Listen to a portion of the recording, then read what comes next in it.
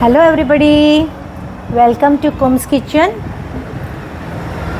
अब हो गई है शाम और इफ़्तार का वक्त बहुत करीब है, तो काफ़ी लोग जो गार्डन से जा चुके हैं इफ़्तारी के लिए और कुछ लोग बाकी हैं, अभी वो भी खाली हो जाएगा। यही गार्डन में कल प्लान चल रहा था कि इफ़्तारी होगी, किसी की तरफ से आम दावत थी, लेकिन किसी वजह से यहाँ पे परमिशन नहीं मिली, वरना हम आपको ये भी दिखाते कि यहाँ पे आम दावत इफ़्तारी की कैसी हो रही है।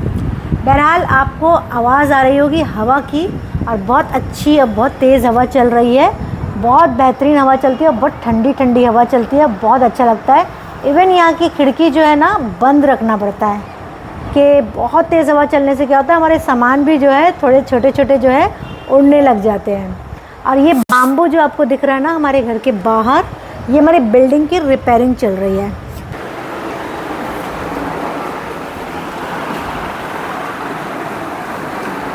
तो अभी आप देख सकते हैं 6:45 बज गए हैं और इफ़्तार का वक्त बहुत करीब हो गया है और मैं बहुत लेट हो चुकी हूँ। तो चलिए अभी मैं आ गई हूँ किचन में, क्योंकि इफ़्तार तो करना ही पड़ेगा। और मैं डाल दे रही हूँ तेल गरम करने के लिए। तो आज मेरे ने इफ़्तारी की कोई तैयारी नहीं की है, बस रेडी सब करूँगी और इफ़्तार तैयार हो जाएगा, क्योंकि टाइम ही नहीं मिला कि कुछ बना सकूँ।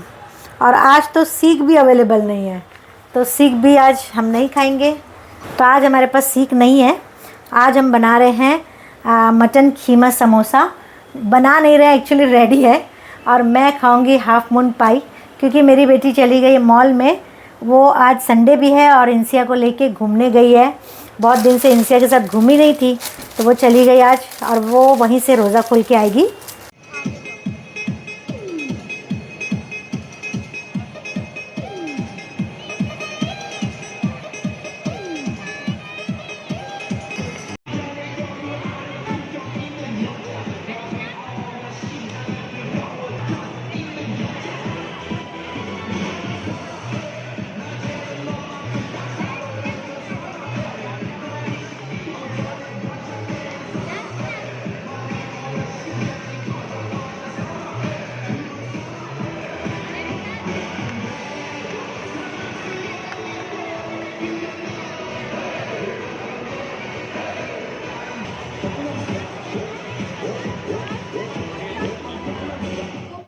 एक्चुअली आज क्या हुआ, सुबह सुबह सहरी के वक्त जो है मेरे हस्बैंड बैठे हुए थे, हम सब बैठे हुए थे एक्चुअली। और एक प्लेट पड़ी हुई थी, और वो प्लेट जो है कांच की थी और वो तड़की हुई थी। मेरे हस्बैंड का ध्यान नहीं गया और उसके ऊपर हाथ रख के मेरे हस्बैंड जो है उठ गए, तो सारा वज़न जो है ना प्लेट के ऊपर गया और मेरे हस्बैंड के हाथ में जो है वो कांच चुभ गया। और लिटरली मैंने उस कांच को है ना निकाली हूँ, और इतनी ज़्यादा ब्लीडिंग हुई, इतनी ज़्यादा ब्लीडिंग हुई कि हम लोग खुद घबरा गए। पहले तो मैं सूझा नहीं मुझे कि क्या करूँ, कैसे करूँ। जब होता है ना कोई चीज़ तो दिमाग नहीं चलता है कि क्या करना चाहिए। तो ब्लड इतना ज़्यादा निकलने लगा कि मेरी बच्ची भी घबरा गई कि मम्मी क्या करेंगे क्या करेंगे। पूरा खून जो है घर में ऐसा टपक रहा था। फिर उसके बाद मेरे को एकदम दिमाग में आया, और मेरी छोटी बेटी जो है फ़ौरन नैपकिन लेके दौड़ी और नैपकिन डैडी के इसमें हाथ में जो है बांधने लगी। तो मैं बोली नहीं इसको ऐसा नहीं करो, निकालो इसको। और फटाक से मैं जो है गई, और लकड़ंग टर्मरिक मेरे पास पड़ी थी, बहुत इफ़ेक्टिव वो टर्मरिक है, बहुत अच्छी है। तो वो मैं क्या करी, फ़ौरन मेरे हस्बैंड के उंगली को ली और मेरे हाथ में बहुत सारी हल्दी रख के हाथ को मेरे हाथ में लेके और पूरा दबा दी हल्दी से। तो उससे क्या हुआ कि उसके बाद भी है ना, हल्दी लगाने के बावजूद भी खून बहुत टपकने लगा। मतलब इतना ज़्यादा बहने लगा कि वो हल्दी भी काम करने के लिए मुश्किल जा रही थी। लेकिन फिर मैं वापस से दोबारा जो है हल्दी ली और वापस से हाथ में प्रेस करी, तो काफ़ी हद तक जो है फ़र्क तो पड़ा। लेकिन डॉक्टर के पास जाना बहुत ज़रूरी हो गया था, और सहरी के वक्त हम लोग जाते कहाँ, और कुछ आइडिया भी नहीं थी किधर जाना, कैसे जाना, क्या करें। तो बहरहाल हम लोग ने क्या करे, हल्दी के ऊपर जो है कपड़ा बांध दिए, रुमाल लिया और बांध दिया। उस टाइम कुछ दिख रहा नहीं था, जो मिला वो बांध दिया, तो काफ़ी सेटल होने लगा। लेकिन फिर जब सुबह हुई तो हम लोग गए डॉक्टर के पास, और डॉक्टर के पास जाके हम लोग दिखाए तो डॉक्टर बोला अरे इतना ज़्यादा होने के बाद आप लोग आए। तो हम बोले कि रात में हमको समझ में नहीं आया। फिर उन्होंने हमारे को अपना फ़ोन नंबर भी दे दिया कि कभी भी ऐसा कुछ होगा रात बिरात तो आप मुझे कॉल कर लेना। तो उनका फ़ोन नंबर भी लेके आ गए और फिर डॉक्टर ने जब साफ़ किया तो वापस ब्लीडिंग होने लगी और बहुत अच्छे से उसको ड्रेसिंग वगैरह करके हम लोग फिर वापस आ गए।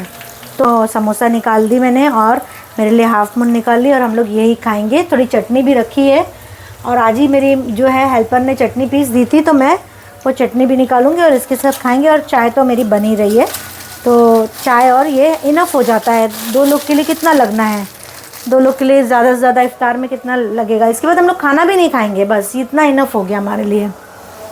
और हाँ, कांच लगा ना तो डॉक्टर ने टिटनेस का इंजेक्शन भी लगाया। तो ये आप लोग भी ध्यान रखिए, कांच, लोहा, छुरी या किसी भी तरह की ऐसी कोई चीज़ लग जाए और जैसे खून निकलने लग जाए तो टिटनेस का इंजेक्शन लगाना कभी ना भूलना, वो बहुत ज़रूरी होता है, वरना बहुत नुकसान बाद में पहुंचता है।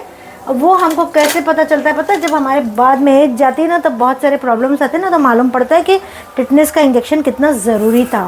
क्योंकि मेरे फादर इन लॉ जो थे ना वो भी मतलब काफ़ी चीज़ से लग वग जाता था, कभी कुछ ध्यान नहीं देते थे। आखिर में उनको टिटनेस का ही प्रॉब्लम की वजह से उनकी डेथ हो गई। अल्लाह हम सबको इस माह रमज़ान अल मुबारक में सेहत, तंदुरुस्ती, ताकत, क़ुव्वत दे और हमारे वालिदैन को भी सलामत रखे और जिनके वालिदैन इस दुनिया से चल बसे हैं उनकी मग़फ़िरत करे और उनके घर वालों को सब्र अता करे। तो आप सब मिलके कमेंट्स में आमीन ज़रूर लिखिए। तो देखिए आज तो मैं इतना मेरा दिमाग भी नहीं चल रहा है कि मैं कचरा रखने के लिए कुछ दूसरा बर्तन भी लूँ।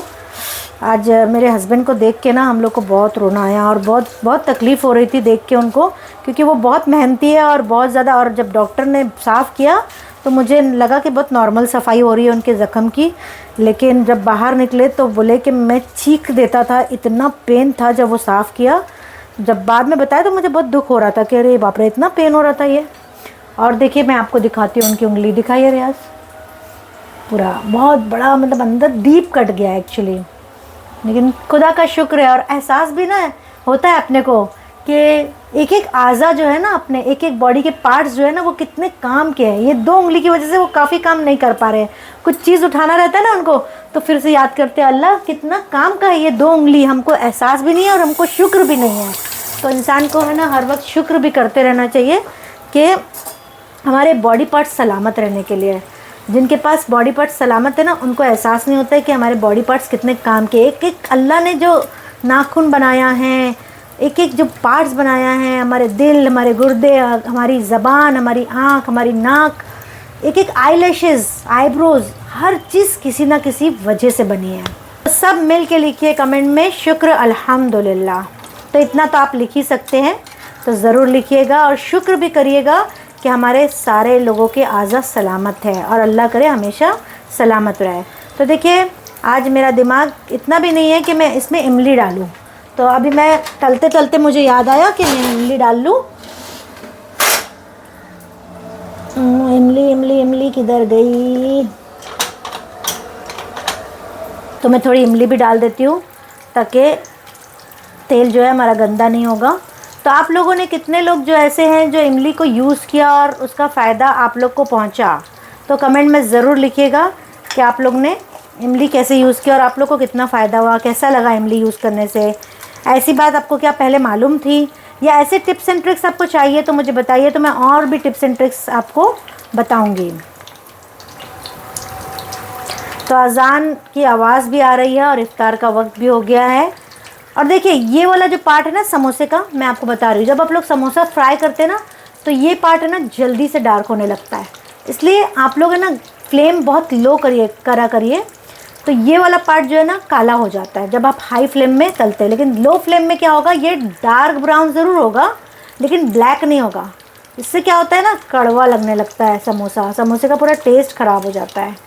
और देखिए मैं कंटिन्यू चला रही हूँ इसको, इस तरह से चलाते रहेंगे ना समोसा बहुत अच्छा फ्राई होगा। समोसा क्या कोई भी चीज़ जो है ना गोल्डन फ्राई होगी और बहुत क्रिस्पी और बहुत अच्छी लगेगी। आपका अगर तलन का जो कलर है ना अगर ख़राब हुआ ना तो आपका पूरा प्रोडक्ट का ही टेस्ट ख़राब कर देगा।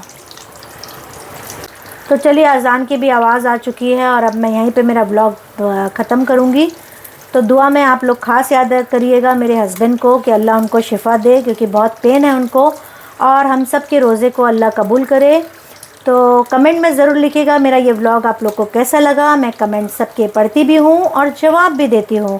So thank you very much.